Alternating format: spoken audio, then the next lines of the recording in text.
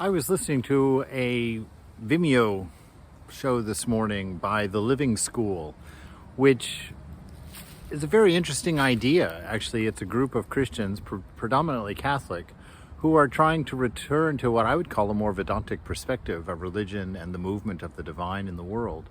Quite interesting.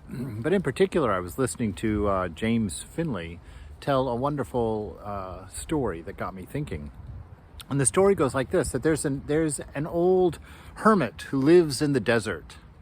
And one day he sees this family walk toward him, two parents and a young daughter, and they have a rope around her neck, and the mother is very lovingly leading the daughter by the rope. And they come to the front door of the hermitage, and the old monk makes his way to the door and opens it and greets them and asks them, what is it that I can do for you? And the old man speaks up. He says, this is a terrible plight that we're in. We need your help. It seems that a wizard got angry with my family and has turned my daughter into a donkey. And we would like to have her returned to us as our daughter. And so the hermit looks at the three of them and he says, well, please come in. So he invites the three of them in, and he says, do you mind if I make some lunch for your daughter? They said, no, absolutely. So he very lovingly asks the daughter, are you hungry? Yes.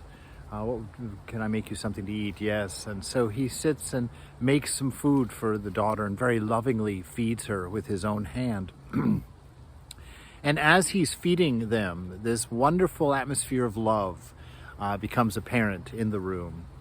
And in that wonderful feeling of love, the couple, the parents, come to an understanding that the wizard had not, in fact, cast a spell on their daughter, turning her into a donkey, but had cast a spell on them to perceive their daughter as a donkey.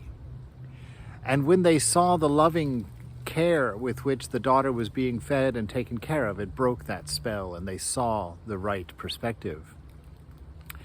And I loved that idea. That is why we need a guru. That is why we need scriptures. That's why the beloved, the unmanifest aspect of the divine, the absolute, is necessary in this relative world. Because the lenses that we put on, the lenses that are caused by our desire, Ramakrishna says really that the two main desires that have created our perspective for the whole world is lust and greed. It has caused us to perceive the world in a particular way and to interact in the world in a particular way. And you can certainly experiment with that idea on your very own to find out how true it is. That when we learn to see people in a certain way, we treat them then in a certain way, and they treat us in return in a certain way, and the delusion begins. So spend time with your known truths. And when you have a seeing of what's wrong with the world, or what's wrong with your neighbor, or what's wrong with your coworker, make sure that the wizard has not put the spell on you to perceive the problem in them, when in fact, the problem just might be in you.